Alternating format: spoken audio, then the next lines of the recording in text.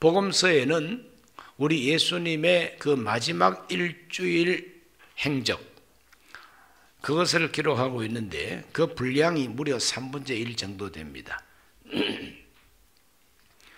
그러므로 마지막 이 고난주간에 있었던 예수님의 가르침, 또 고난주간에 있었던 우리 예수님의 행적, 이런 것들이 가장 많은 분량으로 기록되어 있습니다. 전체 3분의 1 정도까지 됩니다. 그 예수님의 가르침과 그 말씀 중에서 오늘 새벽에는 책망하신 말씀, 아주 꾸짖고 책망하는 말씀, 그것을 한 3가지를 우리가 묵상하고 기도하려고 그럽니다. 바로 그 책망이라고 하는 것은 그 책망 그 자체가 목적이 아니라 책망함으로써 책망을 듣는 사람이 깨닫고 회개하고 돌이키고 그것을 개혁해 나가기를 원하시는 하나님의 뜻이 거기에 포함되어 있는 것입니다. 사랑으로 매를 때릴 때, 사랑으로 매질할 때는 그 매를 맞는 아이가 정신을 차리고 깨닫고 회개하고 바르게 되라고 매를 치는 거 아니겠어요? 그러므로 우리 예수님께서, 우리 하나님께서 진노하시고 또 책망하실 때는 우리가 그 책망을 잘 수용하고 받아들이면 우리에게 유익하고 하나님께서 오히려 그것 때문에 복 주십니다. 고난주간에 우리 예수님께서 책망하신 3가지, 첫째는 뭐냐? 성전을 강도의 소굴로 만든 죄를 책망하셨어요. 하나님의 성전은 만민이 기도하는 집이 되어야 되는데 하나님의 성전이라고 사람들한테 막 얘기하고 강조하면서 하나님의 이름을 팔아가지고 거기에서 자기 돈벌이만 하고 있으니까 그 사람들을 강도라고 예수님께서 말씀하셨습니다. 내 집은 만민이 기도하는 집이라 이렇게 이사야가 말씀하고 예언했는데 너희들은 강도의 소굴을 만들었도다. 오늘 읽은 이 본문에 보면 예수님께서 성전을 찾아가셔서 매매하는 자들을 내쫓으십니다. 환전하는 자들, 비둘기 파는 자들의 상을 막 뒤에 엎어버립니다. 또 뭐 여러 가지 기념품이든지 뭐 물건을 들고 왔다 갔다 하는 이런 분주하게 하나님 앞에 기도하기 위해서 분주한 것이 아니라 뭐 장사해가지고 돈 벌려고 분주하게 왔다 갔다 하는 이런 사람들을 우리 예수님은 책망하셨습니다. 어떻게 하나님의 성전에서 기도는 하지 아니하고 물건 팔고 돈 벌고 완전히 시장을 만들어 버렸느냐? 근데 그것도 뭐 성전에 오시는 분들에게 유익함을 주는 시장이 아니라 아주 그냥 폭리를 남기고 막 긁어 먹는 그런 시장이 되어버린 거죠. 그 모든 폭리는 누가 남기느냐?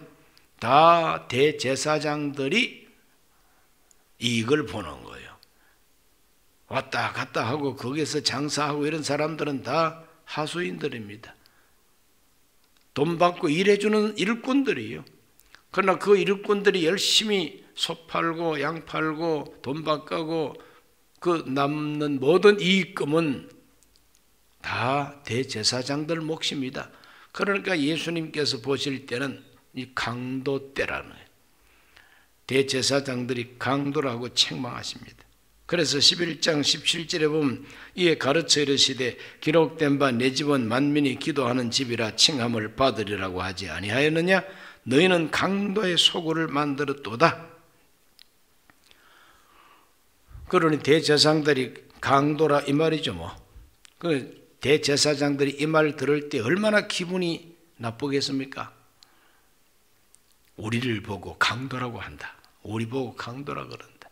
가장 존경받고 가장 하나님과 인간을 연결시켜주는 그 거룩한 성직자를 강도라고 해야 되니 정말 참 기분이 안 좋은 것이죠. 여기서 핵심이 뭐냐 하면은 돈, 하나님의 성전에서 너무 돈 그런다는 거죠. 자기 이익 여기에 심취하는 것에 대해서 하나님은 책망하셨다. 우리가 돈이 꼭 필요하죠. 살아가는데 돈이 얼마나 필요합니까? 그 돈 자체를 죄악시하면 안 됩니다. 돈은 필요한 것입니다. 그러나 그 돈을 어떻게 내가 소유하느냐 하는 그 과정 속에 이 성전에서 폭리를 남기는 것은 책망받아 마땅한 것이죠. 그러니 옛날 우리나라 말에 중이 연불에는 관심이 없고 주로 어디에 관심이 있다고 합니까? 제밥에 관심이 있다.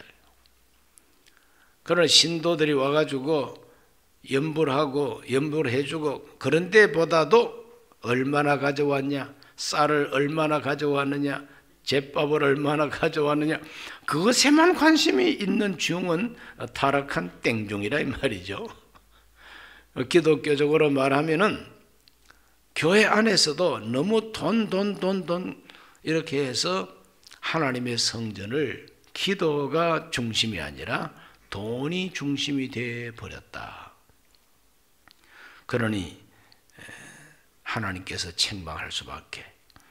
우리 예수님께서는 마태복음 6장 24절에서 한 사람이 두 주인을 섬기지 못할 것이니 혹 이를 미워하고 저를 사랑하거나 혹 이를 중히 여기고 저를 경히 여김이라. 너희가 하나님과 재물을 겸하여 섬기지 못하느니라 그랬어요. 하나님과 재물을 겸하여 섬길 수 없다고 그러는데 이 대제사장들은 하나님 섬기는 것보다도 재물에 관심이 많아요. 그래서 재물 모으고 재물을 갈취하는 데 관심이 많아. 성전에 가면 성전세를 내야만이 성전에 들어갈 수 있어요. 그러니 돈 받고 입장시켰어요. 그리고 순복음 강북교회 돈 받고 입장 안 시킵니다. 열 체크하고 입장시켜요. 요즘은 목걸이 보고 입장시킵니다.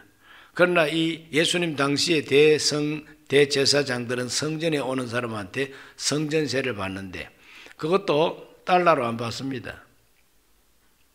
유로화로 안 받습니다. 반드시 세겔이라고 하는 이스라엘 돈만 받습니다. 그러니 해외에서 디아스포라, 해외 교민이죠. 그러니까 이스라엘의 해외 교민이 성전에 제사 드리러 오면은 성전세를 내야 되는데 자기 살던 곳에 화폐를 갖고 왔으면 환전을 해야 되잖아요. 성전세는 세겔로 내야 되니까.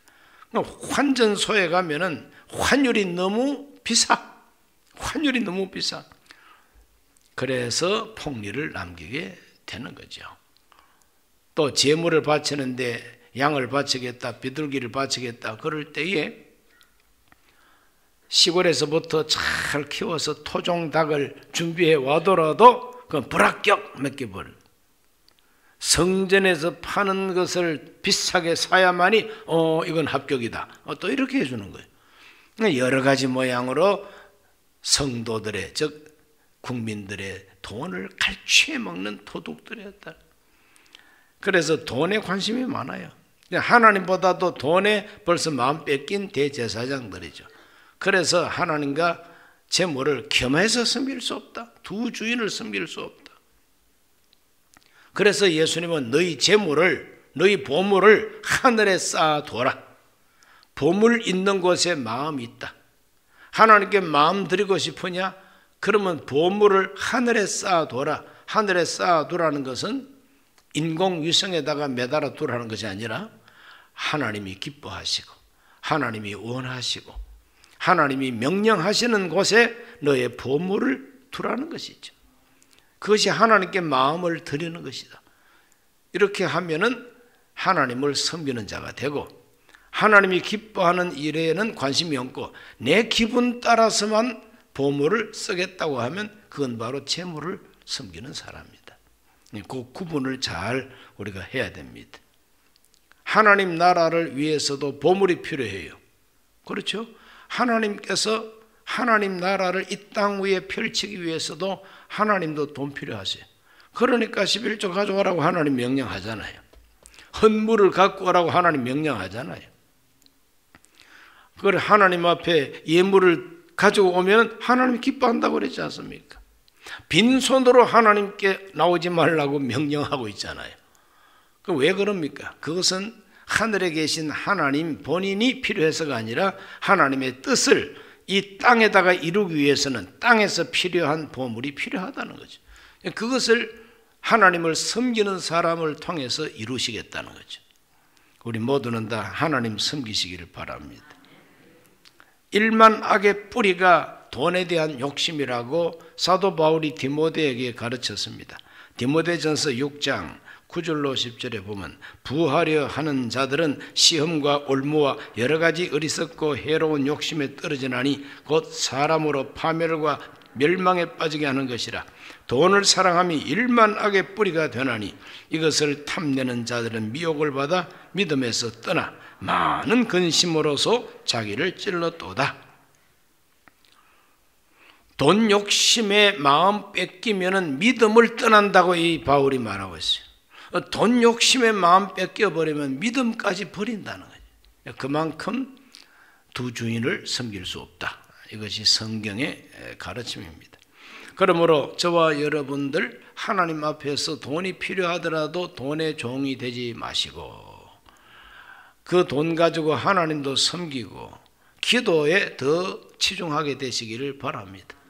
기도는 단순한 기도가 아니라 하나님과 소통하고 하나님을 섬기고 하나님이 제일입니다 하는 이 신앙 운동의 핵심 요소가 기도로 표현됩니다. 기도하시기 바랍니다. 두 번째는 열매 없는 무화과 나무를 우리 예수님께서 책망하셨어요. 마가복음 11장 12절 말씀부터 보면은 그 무화과 나무를 찾아가셔서 먹을 열매가 있는가를 보셨는데 이 무화과 나무에 열매가 하나도 없어요. 이파리는 무성한데. 그래서 우리 예수님께서 그 나무를 보고 책망을 어떻게 하셨느냐. 11장 14절에 보면 예수께서 나무에게 말씀하여 이르시되 이제부터 영원토록 사람이 너에게서 열매를 따먹지 못하리라 하시니 제자들이 이를 듣더라. 11장 20절과 21절 그들이 아침에 지나갈 때에 무화과 나무가 뿌리채 마른 것을 보고 베드로가 생각이 나서 짜우되 랍비여 보소서 저주하신 무화과 나무가 말랐나이다. 하루 만에 말라버렸어요. 하루 만에 말라버렸어요. 그런데 무화과 나무에 열매가 없다 할 때에 그 무화과 철이 아니라 그랬어요. 그 무화과 철도 아닌데 예수님께서 열매를 찾고 가셨는데 열매가 없으니까 저주했다. 그 참 이상하지 않습니까? 제철도 아닌데 나무를 저주하니 식물학자들은 예수님을 좀 째려볼 것 같아요. 아니 제철도 아닌데 어떻게 열매 없다고 저주까지 하느냐. 예수님 성질 참 대단하다. 그런데 자세하게 우리가 생각해 보면은 무르익은 열매가 없다 할지라도 수확할 수 있는 익은 열매가 없다 할지라도 푼 열매라도 거기에 있어야 된다는 거예요. 푼 열매도 없다는 거예요. 그러므로 우리들은 푼 열매라도 맺어야 된다 하는 것을 기억하시기를 바랍니다. 아주 무르익은 상품 열매가 없다 할지라도 푼 열매라도 있어야 되겠다. 참 연약한 푼 열매라도 있어야 되겠다. 그래서 여기서 열매 없는 나무를 책망하시고 말라버리게 하신 것은 그 제자들한테 아주 그냥 확실하게 가르치기 위해서입니다. 너희들 열매를 맺어야 된다는 것을 이 나무 한 그루를 마르게 함으로 가르치고 계신 것이죠. 제 생각에는 말랐다가 다시 살아났을 거예요. 그 무화과 나무. 영원히 죽어버리고 썩어버린 나무가 아니라 바싹 마르긴 했지만 일정한 기간 지나고 난 다음에 다시 뿌리에서 물이 올라와서 그 무화과 나무가 산 줄로 저는 믿습니다. 그 제자들한테 뭔가 가르치기 위해서예요. 제자들한테 가르치기 위해서. 다시 말하면 열매를 맺어야 된다는 거예요. 열매를 맺어야 된다. 오늘 우리 모두는 열매 맺는 신앙생활을 해야만 되겠습니다. 열매 없으면 책망받습니다.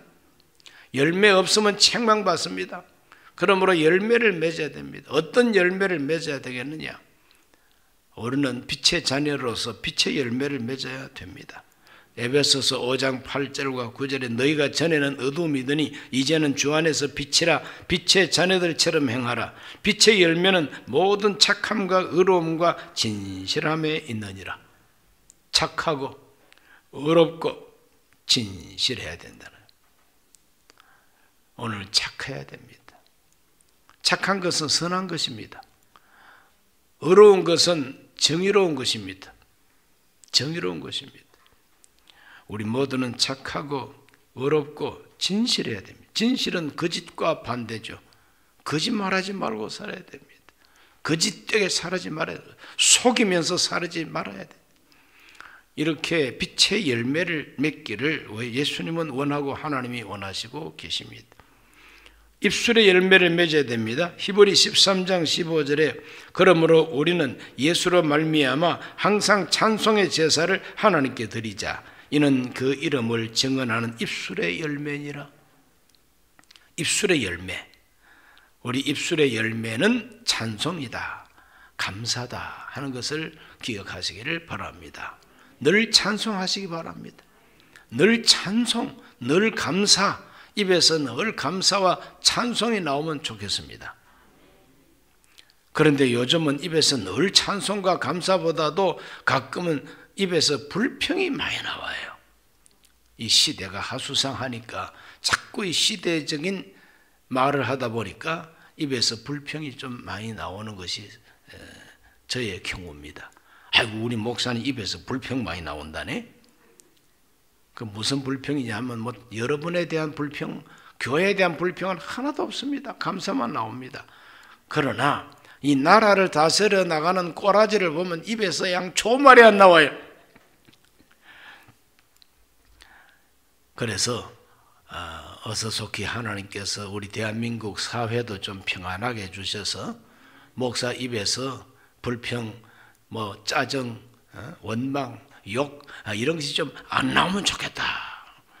그런 생각을 하고 있습니다. 여러분 모두가 다 입술의 열매를 맺게 되시기를 주 이름으로 축원합니다. 성령의 열매, 사랑과 희락과 화평과 오래 참음, 자비, 양선, 충성, 온유, 절제, 이 성령의 열매 맺어야 되겠어요. 그래서 어쨌거나 우리는 열매 맺는 신앙생활, 하나님은 열매 없으면 책망하신다 그랬어요. 열매 없는 가지는 자른다 그랬죠, 예수님이. 그것을 모아가지고 다 불태운다 그랬지 않습니까? 우리 모두가 열매 없는 마른 가지가 돼가지고 다 불 속으로 들어가는 그런 인생이 되지 말고 하나님께 영광을 돌리는, 너희가 열매를 많이 맺으면 이로써 내 아버지가 영광을 받는다 그랬어요. 세 번째 주님이 책망하신 것은 외식하는 자들. 외식하는 자들이라고 하는 것은 바로 위선자들입니다. 꾸미는 것입니다. 외식은 바로 바깥을 꾸미는 걸 외식이라고 그래요. 바깥을 꾸미는 거예요. 속을 꾸미지 않고 바깥을 꾸밉니다. 사람들한테 어떻게 잘 보일까? 사람들한테 어떻게 존경받을까? 거기에만 관심을 쓴다는 거예요. 속마음은 조금도 변화가 없고, 그래서 이런 사람을 외식하는 자들이라고 예수님이 책망하셨어요. 마태복음 23장 13절에 보면 화 있을진저 외식하는 서기관들과 바리새인들이여, 너희는 천국 문을 사람들 앞에서 닫고 너희도 들어가지 않고 들어가려 하는 자도 들어가지 못하게 하는도다. 천국 문을 가로막는 사람이에요. 천국 문을 가로막습니다. 왜 가로막느냐? 겸손하게 천국 문으로 들어가도록 안내하는 사람이 아니라 자기가 마치 천국 문을 열고 닫고 하는 사람처럼 떡 가로막고 자기를 자랑하는 사람이 바로 외식하는 사람. 나를 보라고, 나를 보라고, 예수를 보자고, 하나님을 보자고 이렇게 하는 것이 아니라 나를 봐, 나 봐봐, 나 봐봐 그럽니다. 보나만 하지. 천국을 가로막는, 본이 되지 못하는 거만한 사람, 소경된 인도자, 소경된 인도자. 소경된 인도자는 하나님의 성전에서 정말 참 제사를 드리는데, 제단에다가 제물을 드리는데 하나님께서 더 중요하지 그 제단 위에 올라져 있는 그 제물이 뭐가 중요하냐. 그래서 제단이 더 크냐 제물이 더 크냐 제물이 더 크냐 이런 걸 갖다가 예수님께서 말하면서 본질에 충실하지 아니하고 우선에 눈에 보이는 어떤 것에 관심을 가지는 것을 외식하는 자라 그랬습니다. 23장 23절 마태복음 화 있을진저 외식하는 서기관들과 바리새인들이여 너희가 박하와 회향과 건채 11조는 들이되 율법에 더 중한 바 정의와 긍휼과 믿음은 버렸도다. 그러나 이것도 행하고 저것도 버리지 말아야 할지니라. 하나님께 11조 드리는 것도 물론 중요하지만 11조보다 더 중요한 게 뭐냐? 그것은 바로 율법에 더 중요한 가치, 정의, 긍휼, 믿음. 이것이 더 중요한데 11조 가져오는 것보다도 이걸 하나님께 드리는 것이 더 중요하다 이 말이죠.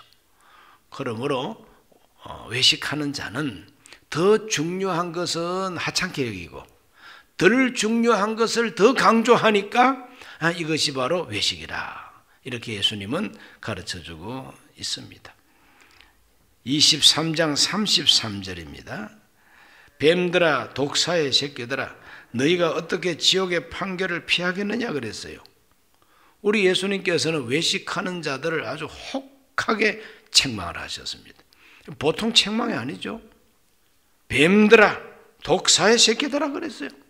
야, 정말 참 듣기에 너무 섬찟하고 듣기에 너무나도 정말 참 따가운 책망이 알 수가 없습니다. 이 독사 새끼들아, 이 뱀들아 그래. 너희들은 지옥의 판결을 피할 수가 없다. 뭐 이렇게까지 책망합니다. 그럼 우리들은 어떻게 돼야 되겠습니까? 아 뜨거 지옥 오래 가면 안 되지 하고 회개해야 된다는 거죠. 그러니까 적당하게 때려가지고는 회개가 안 되니까 아주 세게 때려야만이 회개가 되기 때문에 우리 예수님은 아주 그냥 독사 새끼라고까지 말합니다. 독사 새끼라고 말을 해야만이 정신이 번쩍 들어서 뭐 나보고 독사 새끼라고? 나보고 뱀이라고? 그러다가 아 진짜구나. 내가 뱀 같은 존재였구나. 회개해야지. 그래서 예수님은 이렇게 심하게 책망을 하고 계신 것이죠. 오늘 우리들은 책망을 바로 받아야 됩니다. 그리고 이 사람들은 결국은 회개하지 않으면 어떻게 되느냐? 36절에 내가 진실로 너희에게 이르노니 이것이 다 이 세대에 돌아가리라 그랬어요. 이 세대에 돌아간다. 예수님 말씀을 듣고 있는 그 현장 사람들에게 지옥불이 임한다는 거예요. 지옥불이 임한다는 거예요. 그 지옥불이 어떻게 임합니까? AD 70년에 로마 티투스 장군에 의해서 예루살렘이 완전히 파괴가 되었습니다. 무너져 버렸습니다. 그것이 지금도 저 로마의 티투스 개선문이라고 하는 그 문에 조각이 되어 있어요. 조각이 되어 있어요. 유대인들 포로 끌고 가고 거기에 메노라라고 하는 그 촛대 7가지 촛대 있지 않습니까? 이 촛대를 전리품으로 메고 개선하는 모습이 그거 다 기록이 돌에 새겨져 있다는 거예요. 왜 돌에다가 새겨놨습니까? 두고 보라 이거죠. 두고 보라. 그러므로 유대인들이 홀로코스트를 당하고 학살을 당했지만 로마에 가서 그런 걸 보면은 우리 선조들이 예수를 죽이면서 그 핏값을 우리와 우리 후손에게 돌릴지어다 한 그 말이 돌에 새겨져 있지 않느냐. 돌에 새겨져 있지 않느냐. 그런데 유대인들은 그걸 보고도 예수 안 믿습니다. 참 지독하죠. 그거 보고도 예수 안 믿습니다. 그 결과는 진짜 지옥불이죠. 뭐. 오늘 우리는 책망을 바로 받아야 됩니다. 책망을 바로 받으면 빛이 됩니다. 그래서 에베소서 5장 11절 말씀부터 14절까지 다 같이 읽습니다. 너희는 열매 없는 어둠의 일에 참여하지 말고 도리어 책망하라. 그들이 은밀히 행하는 것들은 말하기도 부끄러운 것들이라.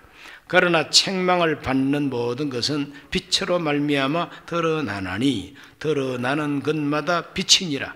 그러므로 이르시기를 잠자는 자여 깨어서 죽은 자들 가운데서 일어나라. 그리스도께서 너에게 비추이시리라 하셨느니라. 빛이 우리에게 임하는 것은 책망하고 깨우기 위해서라 이 말이죠. 빛이 임하는 건 깨우기 위해서라. 캄캄한 밤에 문 닫고 잠자고 창문에다가 커튼까지 치고 안막 커튼까지 치고 잠자고 있는데 커튼 확 벗겨버리고 빛이 확 오면은 일어나잖아요. 눈이 부시면서 일어나지 않습니까? 예수님께서 우리에게 빛을 비추어 주는 것은 일어나라는 거지.